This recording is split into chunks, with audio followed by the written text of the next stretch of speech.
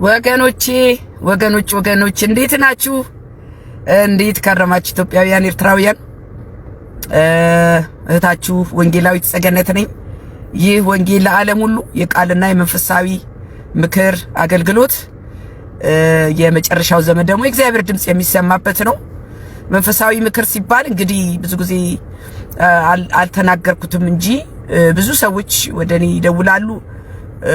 የጸሎት ምክር ካለ እግዚአብሔር ደግሞ የሚናገረው መንፈስ ቅዱስ የገለጠልኝ ነገር ካለ ካሳለፍኩት ኤክስፒሪየንስ ደግሞ ለሰዎች ሼር ማድረገው ብዙ ነገር አለና በተለይቶች ጋር ብዙ እነጋገራለሁ፣ መካከራለሁ። በእግዚአብሔር ቃል መሰረት እውነቱን እናገራለሁ ማለት ነውና ያንን ለማለት ነው መንፈሳዊ ምክር የሚለው ነገር የመጣው ከዛ ነው።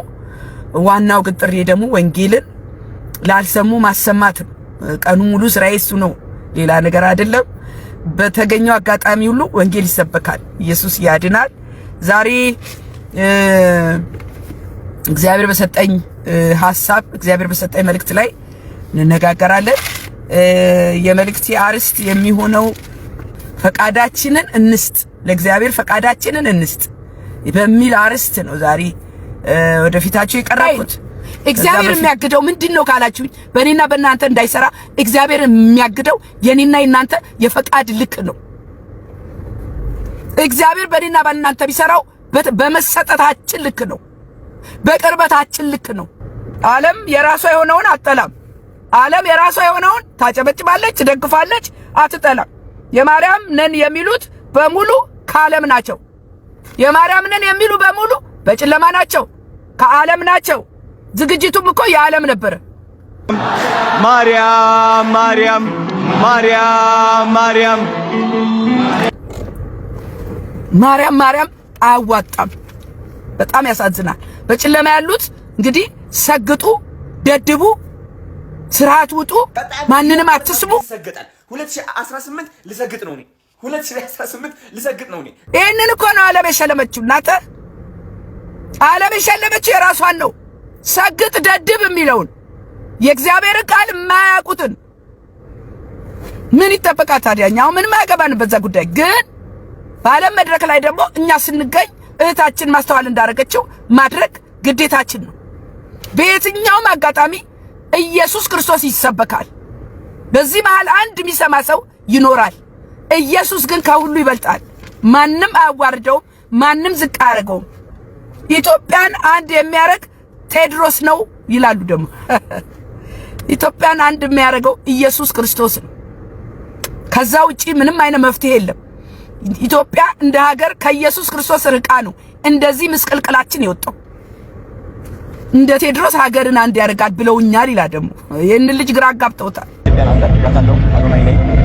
ብዙዎች ቴድሮስ የሚባለው ኢትዮጵያን አንድ የሚያደርጋት የቴድሮስ ይሆን ወይ ከሰሜን የመጣ ያሉ ነበር። ኢትዮጵያን አንድ የሚያደርገው ብርሃን የሆነው የክርስቶስ ወንጌል ነው እንጂ አንተ አይደለህም። በውሸት ትርክት ገደል እንዳትገባ ተጠንቀቅላለሁ። እኔ በጣም የፈራሁት ነገር ለዚህ ለአዶናይ ለሚባለው ታቦት እንዳይቀርጽለት ፈርቻለሁ። እኔ ታቦት ይቀርጽለታለች። አሁን ኦርቶዶክስ ታቦት ይቀርጽለታል ለአዶናይ። ለምን ብትሉኝ እዚህ ጽዮን ማርያም አከብራለሁ ብሎ ሄዶ እግዚአብሔር ምስክሬ ነው፣ እንደው ቄሱ ሳይቀሩ ቆባቸውን ጥለው እሱን ነበር የሚከተሉት። ቪዲዮ ሲቀርጹ ምን ሲሉ ተሸክመው ሊሸከሙት ምንም አልቀራቸው። ጽዮን ማርያም ከበረች ወይስ አዶናይ ከበረ? የሚያሳፍር ነገር ነው እያየን ያለ ነው። ነገ ክርስቶስን የሚገፋ ክርስቲያን ተነስቷል። ጽዮን ማርያም አስታራቂ ናት የሚል አስታራቂ ኢየሱስ ክርስቶስ ነው። ጽዮን ማርያም አስታራቂ አይደለችም። ይህን ደግሞ በግልጽ ታውቁታላችሁ፣ ተጽፎልናል።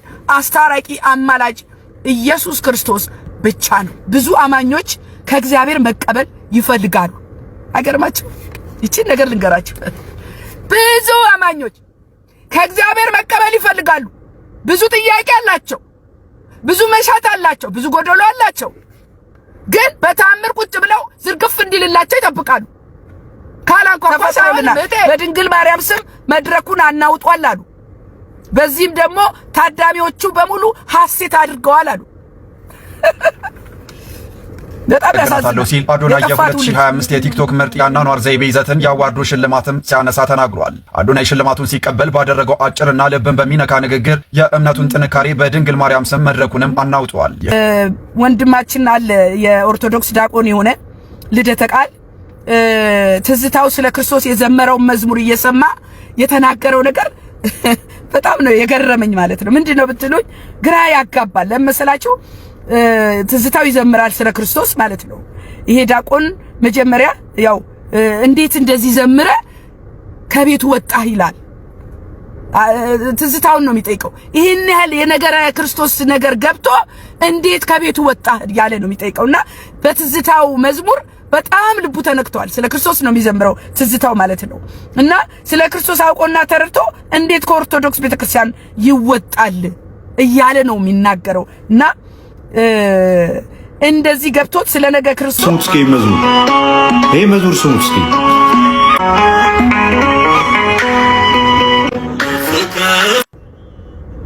ልክ የክርስቶስ ወንጌል ሲበራል፣ እውነተኛው የክርስቶስ ማንነት ሲበራል ከዛ ቤት ትወጣል።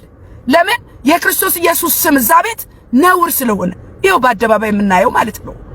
ስለዚህ አንተም ክርስቶስ እንደዚህ ገብቶ ከሆነ ከዛ ቤት አምልጥ ነው የምለው እኔ፣ አምልጥ። ምክንያቱም ኢየሱስ ማለት ሲጀምር ቤቱ ይገፋል። ራሱ የተገፉ ሰዎች የተናገሩት ነው። ሳይገፉ ከዛ ቤት አንተ አምልጥ እላለሁ። የክርስቶስ ወንጌል ልክ ለትዝታው እንደበራለት ላንተም ይበራልሃል። ስለዚህ እውነቱ ሲገለጥልህ በጨለማ መሆንን ስታቀው ያን ጊዜ ከቤቱ ትወጣለህ። ለዚህ ነው ትዝታው ሳሙኤል ከቤቱ የወጣው። ልክ የክርስቶስ ብርሃን ብልጭ ሲልልህ ያለህበትን ታየዋለህና ዋናው ነውር የሆነው እዛ ቤት ነው የኢየሱስ ስም።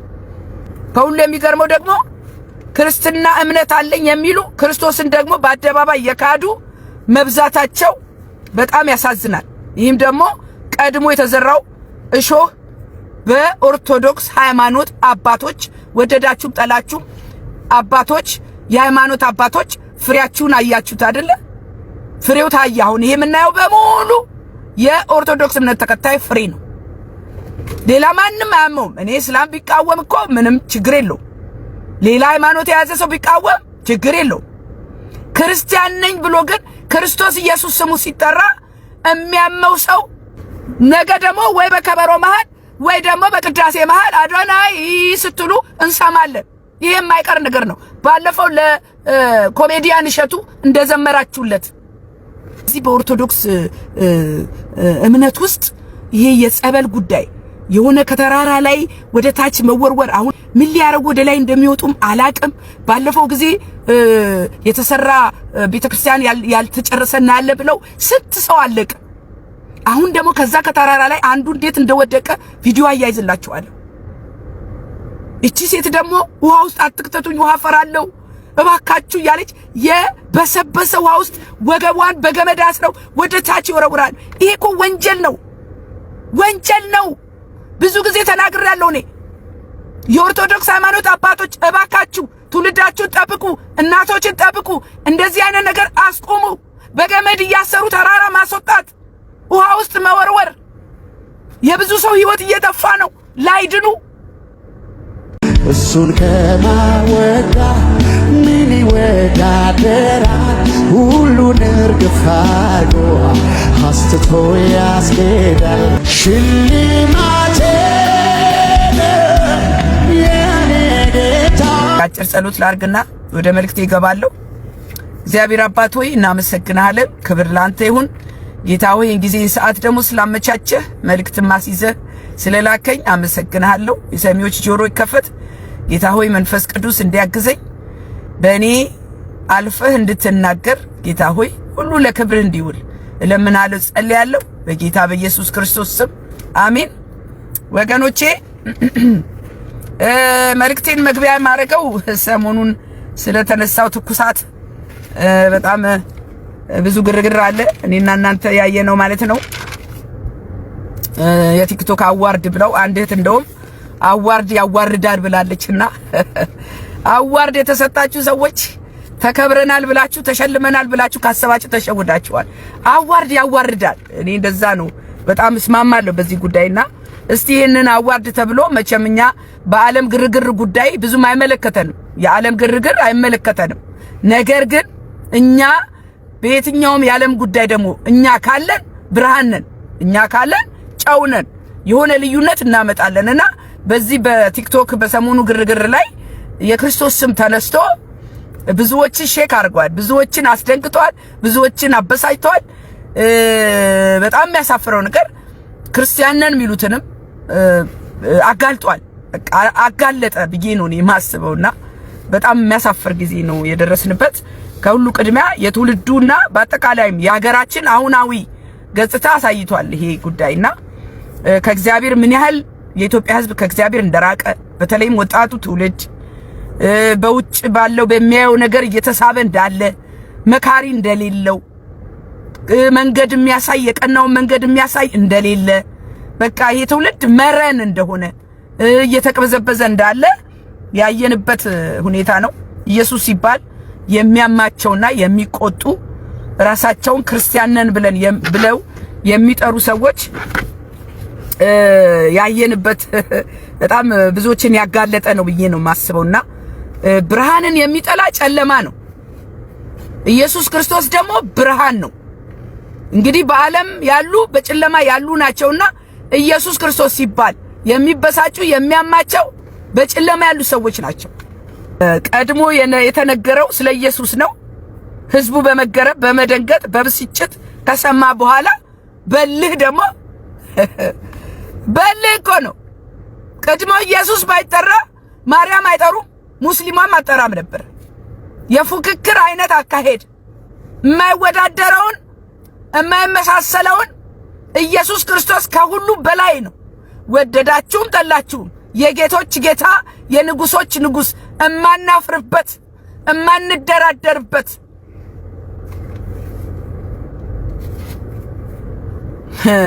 ማርያም አራጊዋ ፈጣሪዋ እዚህ ያደረሰችኝ ሲባል አሜን አሜን ይላል። አሜን ይጨበጨባል ለማርያም። አሳዝነውኛል። ይሄ ትውልድ በጣም ያሳዝናል። የት ነው ያሉት የሃይማኖት አባቶች ይባላል። ኢየሱስን አሳንሶ ማርያምን ከፍ ማድረግ የአባቶቻቸውና የዓለም ስራ ነው። ይሄ ምን የምናየው እኮ ነው። ከዚህ በፊትም በተግባር የተገለጸ ነውና እዛ ዝግጅት ላይ የዓለም ነበረ የብርሃን ነገር ስም ሲነሳ ኢየሱስ ክርስቶስ ኢየሱስን ዓለም ትጠላለች። ለምን ትጠላለች ብትሉኝ በዮሐንስ 7:7 ላይ ዓለም እናንተ ሊጠላ አይቻለውም ያለው ዓለም የዓለም የሆኑትን አትጠላም። እኔ ግን አለ ጌታ ኢየሱስ ክርስቶስ ዓለም እኔ ግን ትጠላኛለች። ለምን? ስራው ክፉ መሆኑን እመሰክርበታለሁና እኔን ይጠላኛል። ማን? ዓለም ኢየሱስ ክርስቶስን ይጠላል። ለምን? ዓለም በጨለማ ስላለች ክፉ ስራውን ስለሚያጋልጥ ብርሃን ስለሆነ ኢየሱስን ዓለም የምትጠላው ጨለማዋን ስለሚገልጥባት ብቻ ነው። ትውልዱ ያለበት አስተሳሰብና ምርጫው በጣም ያሳዝናል። ህዝቤ ዕውቀት ከማጣት የተነሳ ጠፍቷል። እንደ ሀገር ጠፍተናል፣ እንደ ቤተክርስቲያን ጠፍተናል። ወንጌልም ደግሞ ጥሶ ለመውጣቱ ይሄ ሁሉ ትውልድ ሲጠፋ እኔና እናንተ የወንጌል አማኞች ተጠያቂዎች ነን። ለዚህ ሁሉ ህዝብ ጥፋት የመጀመሪያ ተጠያቂ የኦርቶዶክስ እምነት ተከታይ አባቶች ተጠያቂ። በጨለማ ያሉትን ስሙ ባካችሁ። አባቶች አፈሩባችሁ ወይስ ኮሩባችሁ? አሁን እኮ ምናልባት የኦርቶዶክስ እምነት አባቶች በልጆቻችሁ ኮርታችሁ ይሆናል። ማርያምን ከፍ ከፍ አድርገው ኢየሱስን ዝቅ ስላደረጉ እናንተ ኮርታችሁባቸው ሊሆን ይችላል። ኢየሱስ ግን በማንም ስም ተጠራ አልተጠራ ሁሌም በከፍታ ላይ በዙፋኑ ላይ ያለ ኢየሱስ ክርስቶስ ይባላል። ማርያም ማርያም ማርያም ማርያም እንዴት ደግሞ በጣም ኧረ ሞገስ ያለው ስም የኢየሱስ ነው። ሞገስ ያለው ስም፣ ኃይለኛ ስም፣ አጋንንትን የሚጥል ስም፣ መዳኛ የሆነው ስም ኢየሱስ ክርስቶስ ብቻ ነው። ከስሞች ሁሉ በላይ የሆነው እንድንበት ዘንድ ከሰማይ የተሰጠን ስም ኢየሱስ እንጂ ማርያም አይደለችም። ማርያም አይደለችም። ያልተጻፈ የሚያነብ ክርስቶስን የሚቃወም ይሄንን የዓለምኛ የሚሸልም ትውልድ መጣ። ተሳዳቢን የሚሸልም ኢየሱስን ማያከብር ማይወድ ማያክ ትውልድ አሁን ይሸለማል። በአገሬ እኮ ይሄንን ያዘችው ከኢየሱስ ከእግዚአብሔር የራቀውን ከፍ የምታረቅ አገር ተፈጥሮልናል። ጠፋ ትውልድ እሷ ነች ለዚህ ያበቃችኝ ብለሃል አይደለም? ቆምላታለው እሷ ነች እዚህ ደረጃ ያደረሰች ማርያም ይላል። እኔ ግን እነግርሃለሁ ካለ ኢየሱስ ክርስቶስ ሕይወት ባዶ ነው። ሕይወት የሚሆነው ኢየሱስ ክርስቶስ ብቻ ነው። ሳይረፍድ ወደ ጌታ ኢየሱስ ክርስቶስ ተመለስ እላለሁ። እኔ ተመለስ። ማርያም ሲባል ጭብጨባ ማቅለጥ፣ ኢየሱስ ሲባል ትከሰስ ትጠየቅ፣ የሃይማኖት ጉዳይ። ኢየሱስ ሃይማኖት አይደለም ሕይወት እንጂ ለሁላችንም ሕይወት የሆነ ኢየሱስ ክርስቶስ ተከታይ ማስተዋል የታችን ያደረገችው ነገር ትክክል ነው። እንኳን አይደለም በዛ በዓለምኛ መድረክ ላይ የትም ስንገኝ እኛ ኢየሱስን ከፍ የማድረግ አደራም ኃላፊነትም ትእዛዝም አለብን። ወደ ዓለም ሂዱ ወንጌልን ስበኩን የተባልነው ኢየሱስ ደግሞ ምናፍርበት ጉዳይ አይደለም። ሰው አምላኪ ትውልድ ተነሳናተ ሰው አምላኪ ትውልድ በግርግር የተገለጠውን አይታችኋል። አለባበስ አይታችኋል። አደራረጋቸውን አይታችኋል። ከውጭ ሀገር ኮፒ ያደረጉት። እኛ ኢትዮጵያ ውስጥ አያምርብንም። ኢትዮጵያ የሚያምርባት እግዚአብሔርን ስትፈራ ብቻ ነው። ፈራህ እግዚአብሔር ሲኖራ ብቻ ነው። እኛ እንደ ኢትዮጵያዊ ደግሞ ባህል አለን፣ አምላክ አለን፣ ሃይማኖት አለን። ግን ማን ከላይ ያለው ካላሳያቸው አሁን እነዚህ እኮ አባቶቻቸውን የተከተሉት አባቶቻቸው ማርያም ማርያም ይላሉ፣ እነሱ ማርያም ማርያም አሉ። አባቶቻቸው ኢየሱስ ክርስቶስን የሚጠራውን ያሳድዳሉ። እነሱም ደግሞ እቺ ልጅ ማስተዋል ኢየሱስ ብላ መድረክ ላይ ስለተናገረች ትከሰስ ምናምን። ከየት ያምጡት እነዚህ ልጆች? ከየትም አያመጡትም። ያስተማሯቸው ነው እየገለጹ ያሉት። ይሄ ደግሞ ተጠያቂ የኦርቶዶክስ ሃይማኖት አባቶች ፍሬያችሁ ተገለጠ። እሾህና ማኬላ የጠፋ ትውልድ ዛሬውን ሳይረፍድ ንስሐ ግቡና ይህንን ትውልድ ከእውነተኛው እረኛ ከኢየሱስ ክርስቶስ ጋር አስተዋውቁት። እውነትም ሕይወትም ኢየሱስ ክርስቶስ ነውና እርሱን አክብረው እላለሁ እኔ ለዚህ ልጅ። ይሄ ልጅ ሰው ነው ያነሳው፣ ሰው ይጥለዋል። የማይጥለው ለዘላለም የሚሸከመው ኢየሱስ ክርስቶስ ይባላል።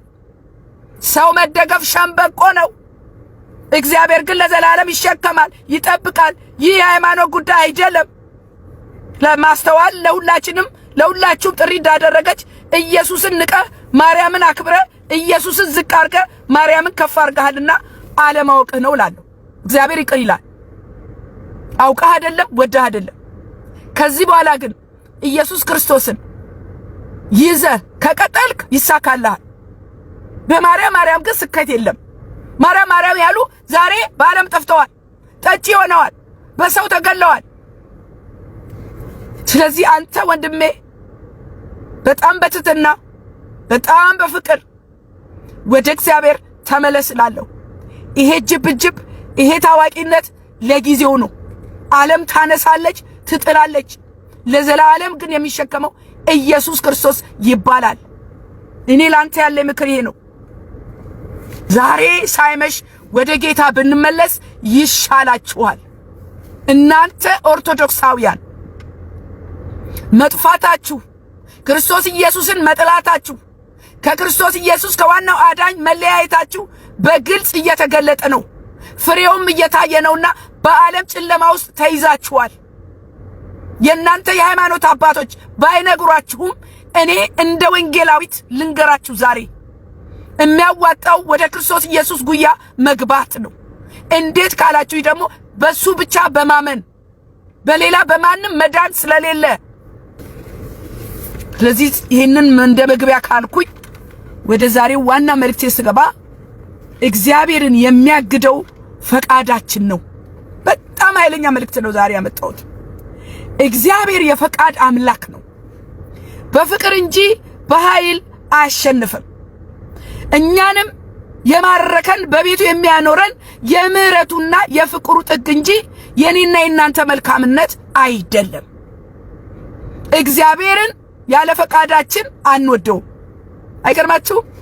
እግዚአብሔርን መከተል፣ እግዚአብሔርን መውደድ፣ እግዚአብሔርን ማምለክ የፈቃድ ጉዳይ ነው። እግዚአብሔርን ደግሞ የሚያግደው ነገር ምንም የለም። ኃይለኛ ነው የኔ ጌታ። ሁሉን ማድረግ የሚችል ኤልሻዳይ ነው። ይሄ ነው የመልእክቴ ዋና ሐሳብ። ኢየሱስን የተከተልነው ፍቅሩ አሸንፎን ነው፣ ተገደን አልተከተልነው። አንዴ ፍቅሩን የቀመሰ ግን ለዘላለም ከኢየሱስ አይለይም። እናንተ የክርስቶስ ፍቅር እኮ የተለየ ነው። ሁሉን ነገር ያስረሳል። ሁኔታው እያለ እንኳን ለኔና ለናንተ ልባችንን ያሳርፋል። ስንት ነገር ተሞክሮ ቀርቷል በሰውኛ። የማይበርደው ዘላለማዊ የሆነው ግን የእግዚአብሔር ፍቅር ብቻ ነው። እቶቼ ከሱ መለየት ለኔና ለናንተ ሞት ነው። በእውነት ነው የምላችሁ። ነገ ይጠላኛል፣ ነገ ተወኛል ማንልበት ፍቅሩ የለመደ ደግሞ የቀመሰ ላቀመሰ ሰው ምንም አይመስለው። የለመደ ሰው ግን ከክርስቶስ ጋር ተለምዶ ወዴት ይኬዳል? ናተ ወዴት ይኬዳል? የጌታን ነገር ቀምሰን እግዚአብሔር በእኛ እንዳይሰራ ያዘጋጀልንን እንዳንቀበል የሚከለክለው ነገር ቢኖር የኔና የናንተ ፈቃድ ነው። ልብሽ ከፍተሻል ለጌታ እህቴ? ልብ ክፍት ነው ለጌታ? ጌታ ሆይ የምታረገውን አርግ፣ እንደፈለክ ተጠቀምብኝ፣ እዘዘኝ፣ እንደሆኝ ይሄዋለሁ፣ እንደፈለክ ስራብኝ፣ ለኔ ባይመቸኝም ጌታ ሆይ ከሱ እግዚአብሔር ሊቀርበን ሊወደን ሊባርከን ሊያስተምረን ሊመልሰን ፈቃዳችንን ይፈልጋል። ያለ ፈቃድሽ አይሆንም እቴ። በእግዚአብሔር ላይ ልብ ዘግቶ አይሆንም። ለእግዚአብሔር ጆሮ ሳይሰጡ አይሆንም። ከእግዚአብሔር ጋር ቁጭ ሳንል አይሆንም። ከእርሱ የምንቀበለው ነገር ሁሉ በፈቃዳችን ልክ ነው። በፈቃዳችን ልክ። ብዙ አማኞች ወደ እግዚአብሔር የሚቀርቡትን ገደብ የሚቀርቡበትን ገደብ አስቀምጠው ቀይ መስመር አስምረዋል። አረ በሩቁ ነው በልክ ነው የሚሉ ሰዎች አሉ። በልክ በጣምም ጠልቀሽ አትግቢ፣ በጣምም አበዛሽው። እግዚአብሔር ጨው አይደለም የሚበዛው፣ እግዚአብሔር ዘይት አይደለም የሚበዛው።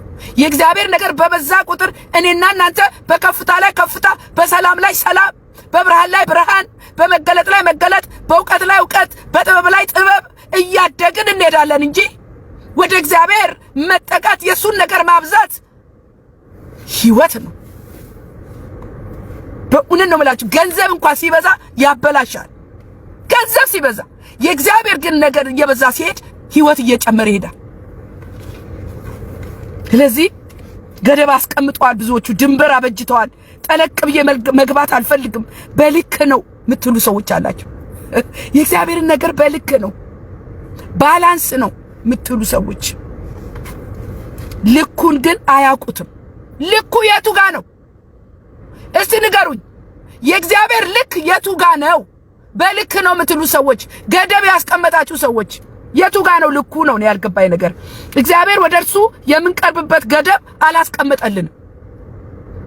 የአባትና የልጅ ግንኙነት እኮ ገደብ የለውም። እናንተ ለአባታችሁ አሁን ፍቅራችሁ ትገድባላችሁ። አይቺ ድረስ ነው መወዳት ትላላችሁ። እሱ የሰጠን ፍቅር ተገድቧል። እሱ የሰጠን በረከት ተገድቧል። እሱ ለኔና ለናንተ ያደርገው ነገር ገደብ አለው እንዴ? የለውም።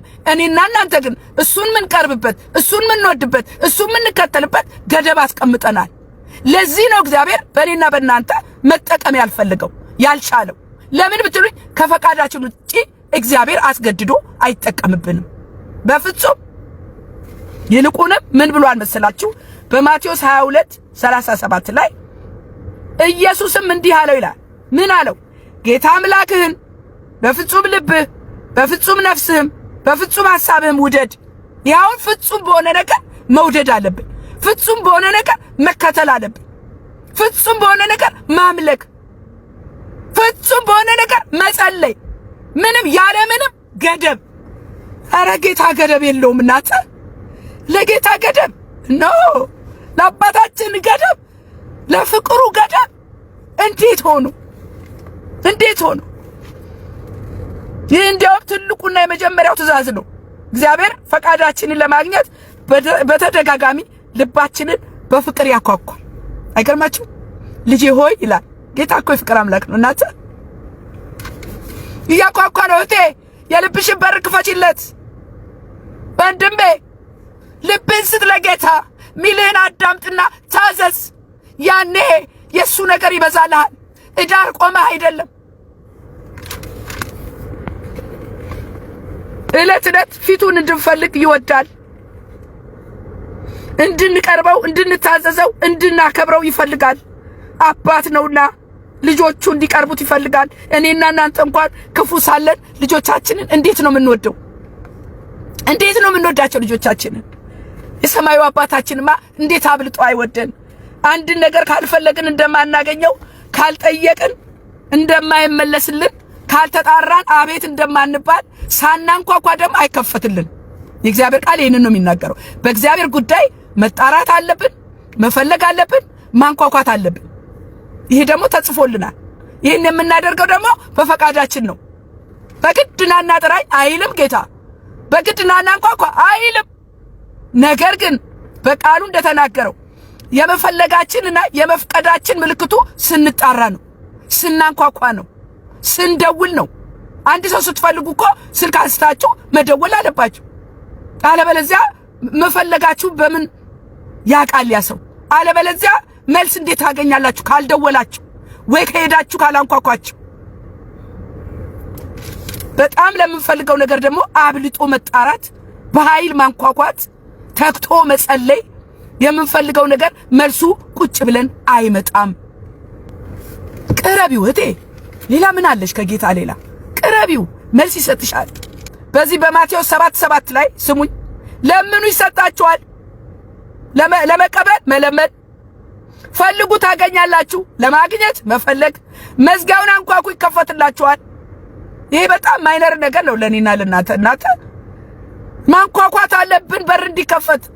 ሰው ቤት ሄዳችሁ በር ላይ ቆማችሁ እስካላንኳኳችሁ ወይ መጥራ ካላረጋችሁ በሩ እንደማይከፈት ሁሉ እግዚአብሔርም ቀርባችሁት አባዬ ጌታዬ አምላኬ ካላላችሁት መልስ ሊሰጣችሁ አይችልም። ስትጠሩት ግን ቅርብ የሆነ አምላክ አለ። ቁጥር 8 ደግሞ የሚለምነው ሁሉ ይቀበላልና የሚፈልገውም ያገኛል፣ መዝጊያውንም ለሚያንኳኳ ይከፈትለታል ይላል። ቃሉ የታመነ ነው።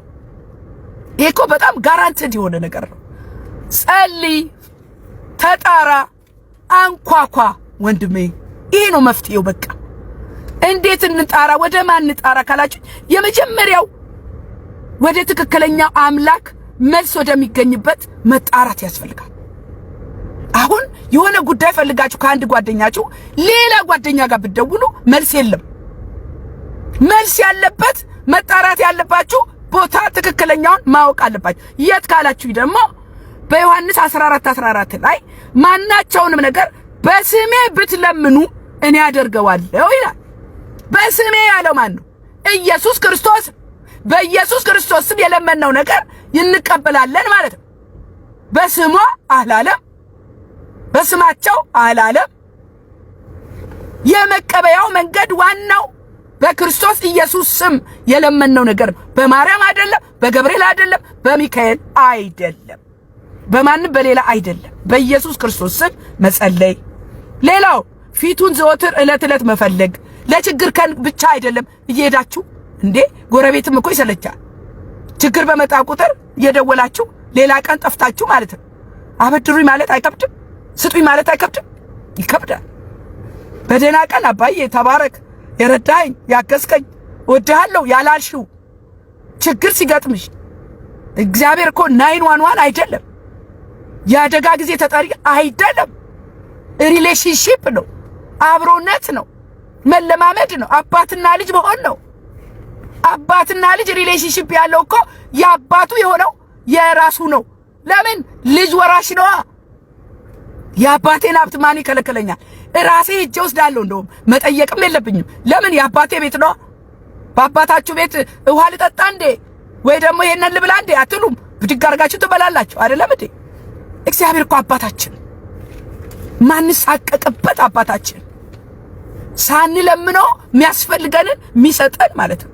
ስለዚህ ዕለት የጌታን ፊት መፈለግ፣ ጌታን ማመስገን፣ የማያቋርጥ ጸሎት፣ ከእግዚአብሔር ጋር መነጋገር ማለት ነው። ይሄ ደግሞ የቅርበት ምልክት ነው። የመቅረባችን ምልክት እኮ ነው። አንድ ነገር ስንፈልግ ብቻ አይደለም። በአንደኛ ተሰሎንቄ 5:17 እስከ 18 ላይ ሳታቋርጡ ጸልዩ፣ በሁሉ አመስግኑ፣ ይህ የእግዚአብሔር ፈቃድ በክርስቶስ ኢየሱስ ወደ እናንተ ነውና ይላል። ምንድነው? ሳታቋርጡ ዕለት መጸለይ፣ ላይፍ ስታይላችን ማድረግ፣ ኦን ኤንድ ኦፍ ያልሆነ፣ በመከራ ጊዜ ብቻ ያልሆነ፣ ሁል ሁሉ ጊዜ እኮ የምንጸልይ ከሆነ መከራ ጊዜ ሲመጣ የተለየ ጸሎት የለም። ልክ እንደ ሴቪንግ ዲፖዚት ውስጥ እንዳስቀመጥሽው እቴ ብድግ አድርገሽ ለመከራ ጊዜ መጠቀም ነው። ለችግር ጊዜ ያ ከዛ በፊት የጸለይሽው እንባ ሳይቀር ተቋጥሮ ይቀመጣል እግዚአብሔር ጋር። ደስ አይልም? ደስ አይልም ወይ? ምን ጸልየው ለራሳችን ነው። በእግዚአብሔር ፊት ምን ሆነው ለራሳችን ነው። እግዚአብሔር አይጨመርለትም፣ አይቀነስለትም። እሱ ሁሉ ጊዜ በዙፋኑ ላይ ያለ የጌቶች ጌታ ኢየሱስ ክርስቶስ ንጉስ ነው።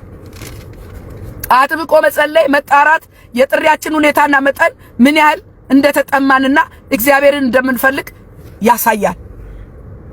እንዴት ነው የምንጣራው? ነው ደግሞ የምንጣራው መሻታችንን ያህል ጌታ የልባችንን መሻት ታስታውሳላችሁ። በዚህ በማርቆስ ወንጌል ላይ ምዕራፍ 10 ላይ በርጤሜዎስ ጌታ ኢየሱስ በዚህ በኩል ያልፋል ሲባል ወሬ ሰምቶ ነው። የዳዊት ልጅ ሆይ ማረኝ አለ። ከዛ በኋላ ጌታ ኢየሱስ ክርስቶስ ሰምቶታል። ግን አጠገቡ ያሉት ደግሞ ዝም በል አሉት። ዝም በል አትጩህ አሉት። ብዙዎች ዝም እንዲል ገሰጹት። እርሱ ግን የዳዊት ልጅ ሆይ ማረኝ እያለ አብዝቶ ጮኸ። ይሄ ምን መሰላችሁ? የፍላጎታችን የመሻታችን ልኩ ይወስነዋል። ይሄ ሰው አሁን ዝም በል ሲሉት ዝም ብሎ ቢሆን አጥብቆ ባይጮህ ኖሮ አይፈወስም ነበር። ነገር ግን አጥብቀን በጮህን ቁጥር ፍላጎታችን በጨመረ ቁጥር እግዚአብሔር መልስ ይሰጣል። ምን ያህል እንደፈለግነው ማሳያ ነው። ስለዚህ አጥብቀሽ ጩህ እቴ፣ አጥብቀህ ተጣራ። ጌታ መልስ ይመልሳል። በእምነት መጸለይ ሌላው ደግሞ እንደምንቀበል እርግጠኛ ሆነን እንጠይቅ። የሚያስፈልገንን ሁሉ እንደሚያደርግልን ካመንን ይሆንልናል። ያለ መጠራጠር እንጸልይ። በማቴዎስ 21:22 ላይ አምናችሁ በጸሎት የምትለምኑትን ሁሉ ትቀበላላችሁ ይላል። በእምነት መጸለይ። ዮሐንስ 16:24 ላይ ደግሞ እስካሁን በስሜ ምንም አልለመናችሁም፣ ደስታችሁ ሙሉ እንዲሆን ለምኑ ትቀበላላችሁ ይላል። እኔና እናንተ መለመን ነው። አባዬ ብሎ አባዬ ስጠኝ ማለት ነው። ምንም ሳንሳቀቅ ምን ችግር አለው? ሰው ማያውቀውን ሰው እንኳን መንገድ ላይ ይለምን የለ እንኳን የሰማዩ አባታችን። ስለዚህ ከልቡ ለሚጣራ ለሚፈልግ አጥብቆም ለሚያንኳኳ እግዚአብሔር መልስ ይሰጣል። እንዴት ነው እየፈለግን ያለ ነው አሁን ጥያቄው። ጌታ ሲያንኳኳ ሰምተን ከፍተናል ወይ? ድምጹን መስማትና በሩ መክፈት ያስፈልጋል። ምን ማለት ብትሉኝ ምላሽ መስጠት። እግዚአብሔር ሲጣራ ደግሞ እግዚአብሔር እኮ የእያንዳንዳችንን ልብ ያንኳኳል በተለያየ መንገድ።